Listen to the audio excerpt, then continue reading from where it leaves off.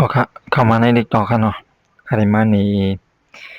ไลฟ์ถอนเงินอันเราสั่งของเนี่ยนะเข้ามาในชาเลยครับเด็กขี่เข้ามาในชาเลยครับนะอันเราสั่งคู่สั่งหางที่แน่น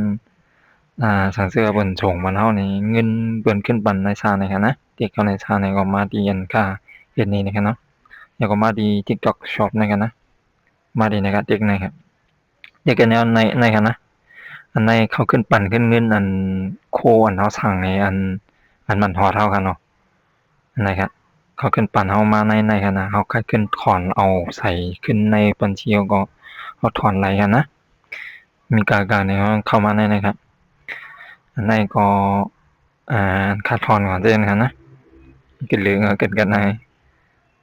นะครับคู่ก็มันค่าสั่งไว้มันฮอดแล้วยามขึ้นคู่นั้นนำขึ้นส่งขึ้นก็จื้อที่ร้านเขาก็นี่ก็เขาก็ขึ้นเอาเงินอันเฮาสั่งก่อนนั้นหั้นนะขึ้นปั่นมาขึ้นหั้นเนาะพอเอาไปถอนใส่ในบัญชีอันนี้ก็เติ๊กที่ใน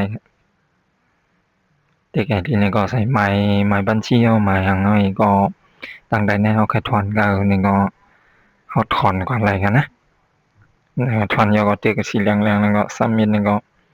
เงินก็เข้ามาในบัญชีเราก็นี่ก็อะไรไปกันเนาะอย่าลืม follow ไว้คั่นนะ